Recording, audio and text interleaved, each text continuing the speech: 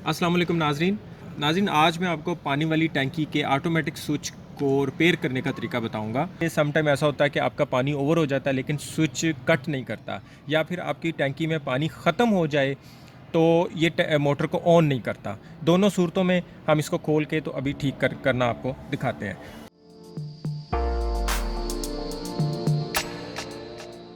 तो नाजरीन, उसके लिए आपको सबसे पहले तो टैंकी का ऊपर वाला टॉप खोल के अंदर से चेक करना है कि इसका अंदर वाला मैकेनिज़्म है वो ठीक से लगा हुआ है, कोई तार टूट तो नहीं गई, टैंकी के अंदर तो नहीं गिर गया ये टूट के। तो अगर तो वो इसी तरह लगा हुआ है जैसे आप वीडियो में देख रहे हैं कि वायर बाहर आ रही है, तो आप मुतमिन हो जाएं कि आपका अंदर वाला मैकेनिज़्म ठीक है। तो हम अब इसके स्विच की तरफ जाते हैं। पहले तो इसका ये ऊपर वाला कवर खोल लें, दोनों साइडों पर इसके पेच होते हैं। तो नाजरीन, इसका कवर खोलने के बाद हम ये मेक श्योर कर लेंगे कि इसका स्विच ठीक है या नहीं। तो उसके लिए हमें या तो आप नोज़ प्लास को लेके इन दोनों पॉइंट्स को आपस में मिलाएं, अदरवाइज़ इस तरह की वायर लेके आपने इस जगह पे और इस जगह पे मिला के देखना है कि ये यहाँ पे मिलाने के बाद आपकी मोटर चलती है या नहीं, ताकि हमें पता चल सके कि अगर यहाँ पे लगाने के बाद मोटर चलती है, इसका मतलब हमारा ये वाला स्विच ख़राब है। इसका सर्किट जोड़ने के बाद अगर मोटर फिर भी नहीं चलती, इसका मतलब हमारी ये जो तार यहाँ पे आ रही है, इस मोटर तक तार आ रही है, इसके रास्ते में कोई फॉल्ट है। फिर हमें इस तार को चेक करना है। अदरवाइज़ अगर मोटर चल जाती है इसको जॉइंट करने से, इसको जोड़ने से, तो फिर हमारा ये स्विच ख़राब है। अभी हम इसको जॉइंट करके देखते हैं हमारी मोटर चलती है या नहीं। जब भी आप इसको साथ टच करेंगे तो यहाँ पर थोड़ी सी स्पार्किंग भी होगी, आपको उससे पता चल जाएगा आपकी मोटर ऑन हुई है या नहीं। इस वक्त हमारी मोटर ऑन हो चुकी है क्योंकि टैंकी में पानी आने की आवाज़ आना शुरू हो गई है। ये देखिए, आपने स्पार्किंग भी चेक की है। अब हमारी मोटर बंद होगी, इट्स मीन कि हमारे इस स्विच में फॉल्ट है। सबसे पहले आप इसकी ये मेन वायर का स्विच नीचे से निकालना बहुत ज़रूरी है, वो नीचे से स्विच निकाल लें। बेशक इसके यहाँ से वायर्स को अलग करने की ज़रूरत नहीं है।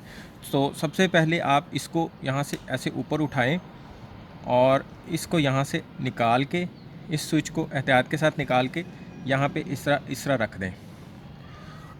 तो आपने इस स्विच की ये दोनों वायर्स बाहर निकाल लेनी है। यहाँ से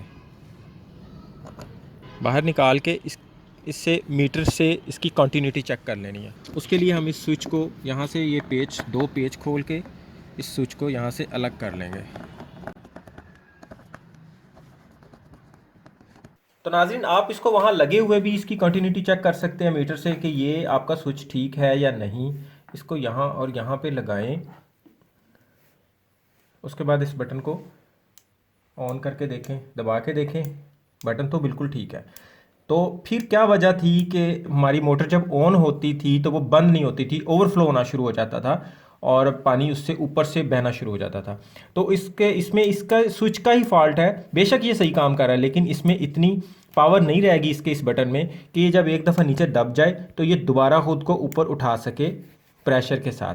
तो इसलिए इसका ये वाला बटन लूज़ हो चुका हुआ है। अगर आपके पास फिल वक्त फ़ौरन इसका कोई अल्टरनेट कोई बटन नहीं हो तो फिर आप इसको पीछे से, यहाँ से ये खुल भी जाता है, यहाँ से आप खोल के इसे तो अंदर से इसके पॉइंट भी साफ़ कर सकते हैं। ये देखें, इसके अंदर से पॉइंट काले हुए हैं, साफ जाहिर होता है कि हमारे बटन में ही प्रॉब्लम थी। तो या तो इसको यहाँ से साफ़ करें और इसको लाइट सा कोई WD-40 भी लगाएं ताकि ये मूविंग में ईजी हो जाए। तो इसको आप दोबारा बंद करके तो यूज़ करके देख लें, वरना नया बटन लेके आएँ।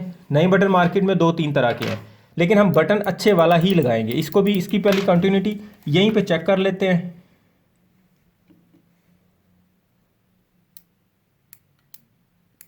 ये बिल्कुल ठीक काम कर रहा है। अब इसकी ये वाली तारें उतार के काविये के साथ इनके साथ जॉइंट करके तो फिर हम ऊपर टैंकी पे चलते हैं। नाज़रीन, हम इसको टांके लगा कर ले आए हैं काविये से।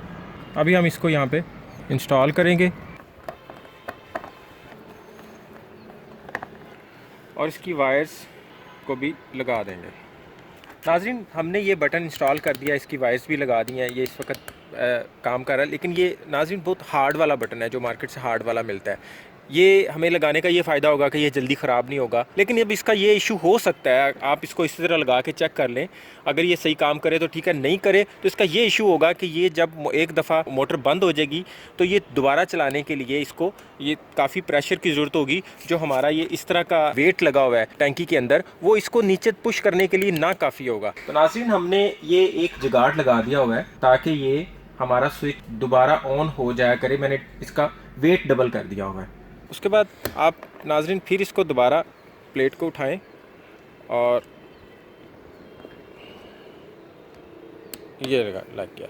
ये वेट से नाजरीन अब ये इसको दबा रहा है। सिंगल वेट में इतनी ताकत नहीं थी कि इसको पुश करता। अब ये हमारा स्विच बिल्कुल ठीक काम करेगा। तो नाज़रीन अब हम इस टैंकी को ऑटोमेटिक होता हुआ देखेंगे। हमने स्विच ठीक कर लिया है, इसका हमने टैप खोला हुआ है ताकि टैंकी का पानी डाउन हो और ये मोटर ऑटोमेटिक स्टार्ट हो जाए। ये पानी के कम होने की वजह से नीचे जा रहा है और इसके हमने जो नीचे वाली साइड पे जो इसका हैंगर फिट किया था, हैंगर लगाया था, जब ये उस हैंगर को नीचे जाके पुश करेगा तो हमारा ये वाला बटन पुश हो जाएगा और मोटर ऑन हो जाएगी। अभी हम देखते हैं ऑटोमेटिकली इस जगह से उस जगह से पानी आना शुरू हो जाएगा जब मोटर ऑन होगी। अभी हम इस चीज़ पे कैमरा बनाए रखते हैं।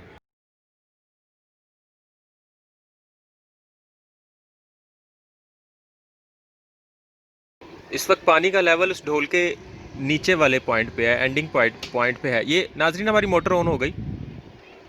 आपने टिक की आवाज़ भी सुनी और अब ये देखें ये पानी आना शुरू हो गया। इसमें ये आपको बुलबुले दिखाई दे रहे होंगे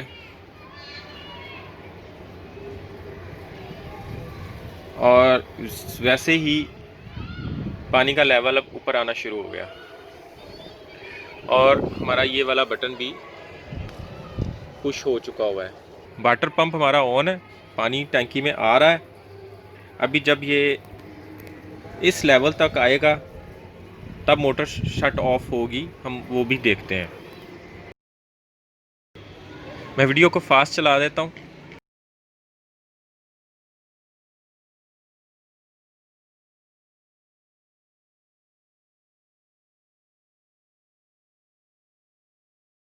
आप देख रहे हैं कि ये हमारा ढोल धीरे धीरे ऊपर वाले हैंगर की तरफ आ रहा है। पानी का लेवल ऊपर ऑलमोस्ट आ चुका है, मोटर तकरीबन बंद होने वाली है।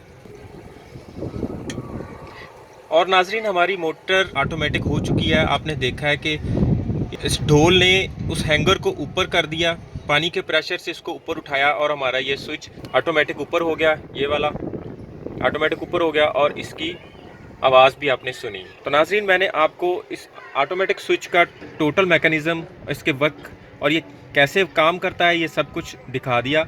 आज के लिए इतना ही। मेरे चैनल को सब्सक्राइब कीजिएगा, लाइक और दोस्तों में शेयर कीजिएगा। बहुत बहुत शुक्रिया। अल्लाह हाफ़िज़।